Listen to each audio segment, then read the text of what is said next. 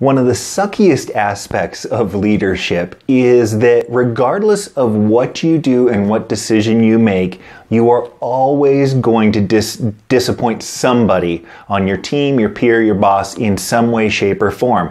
The reason for that is that there are always alternatives to what you want to do.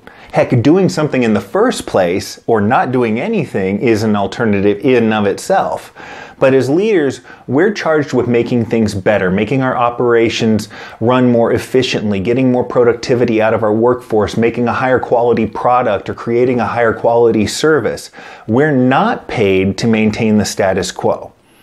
And so moving things forward requires change. And that's where those decisions come into play. And you're always going to disappoint a certain subset of your team with every decision you make. People are going to disagree with you, and that's fine. There's plenty of healthy conflict in the workplace.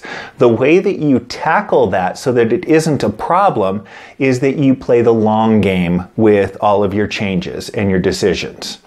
All right, and what I mean by that is you need to be consistent and persistent in making changes and making improvements. If you're making an improvement once a quarter, well, then you might have a downright mutiny when you announce it every time because the people don't necessarily buy into it. They have different ideas, different priorities, that sort of thing. But if you're making regular changes every week, every 2 weeks, looking to move the needle and move the progress forward in the company, then you break down that initial concern, and you also have far more likelihood and more chances of agreeing with certain people. You might have 10 to 20% that disagree with a decision, but it'll be a different 10 and 20% the next decision you make and the decision you make after that. And over time, you start playing the averages in your favor. Well, heck, you know what? He wants to make that change. I'm going to go ahead and go along with it because 80% of the time I agree with his decisions anyways.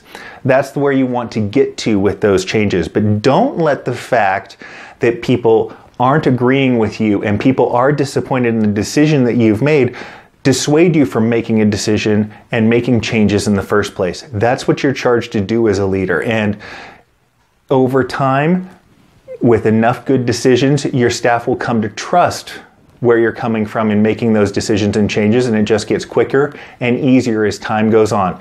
So invest in it to begin with and make the right decisions as much as possible, and down the road, everything gets easier. Have a good one.